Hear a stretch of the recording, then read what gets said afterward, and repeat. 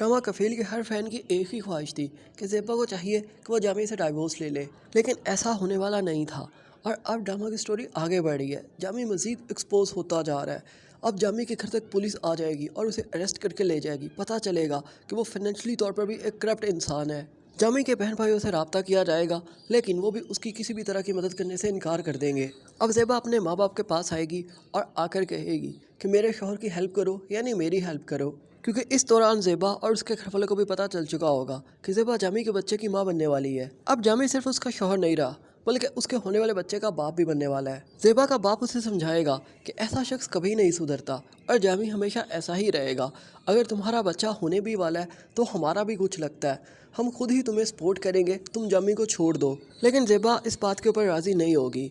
इस ड्रामा के अंदर मज़ीद क्या होने वाला है ये आपके साथ शेयर करें, प्रेडिक्ट करें। इससे पहले आप लोगों से रिक्वेस्ट है, काइंडली हमारे इस चैनल को ज़रूर सब्सक्राइब कर दें, वीडियो को शेयर और लाइक ज़रूर करें। ज़ेबा तो अपने बाप की बात नहीं मानेगी, लेकिन ज़ेबा का बाप फिर उसकी बात मान लेगा, क्योंकि आखिरकार इस कुएं के अंदर धक्का भी तो ज़ेबा के बाप और माँ ने ही दिया ज़ेबा को। ज़ेबा का बाप जाकर ज़मानत करवा देगा जामी की, लेकिन जामी जैसे इंसान कभी भी किसी के एहसानमंद नहीं होते।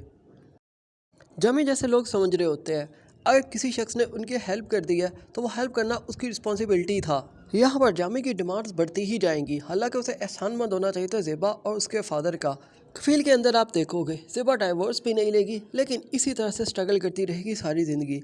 लेकिन फिर इस ड्रामा के अंदर हमें एक ट्विस्ट देखने को मिलेगा, जब हमें ये दिखाया जाएगा 10 ईयर्स लेटर, यानी 10 साल के बाद की स्टोरी को शुरू कर दिया जाएगा। फिर दिखाया जाएगा ज़ेबा के बाप की डेथ हो जाती है, जामी के बाप की भी डेथ हो जाती है, और जामी को अगर कुछ सपोर्ट मिलती भी थी अपने बहन भाइयों की तरफ से तो अब मिलना बंद हो जाएगी, क्योंकि वो जो भी देते थे अपने बाप के लिए देते थे। और यह बहुत बड़ा शौक होगा फरहाना के लिए और बाकी बहन भाइयों के लिए कि जामी ने सब कुछ बेच दिया, कारोबार तबाह कर दिया, जितनी प्रॉपर्टी थी वो भी सारी सेल आउट कर दी। अब जिसे लूट सकेगा जामी वो सिर्फ रह जाएगा ज़ेबा का घराना। ज़ेबा के बाप की तरह ज़ेबा का भाई भी एक रिस्पॉन्सिबल शख्स होगा और अपने बाप की सारी जिम्मेदारियाँ संभाल लेगा, और फिर जामी खाना शुरू कर देगा ज़ेबा के भाई को।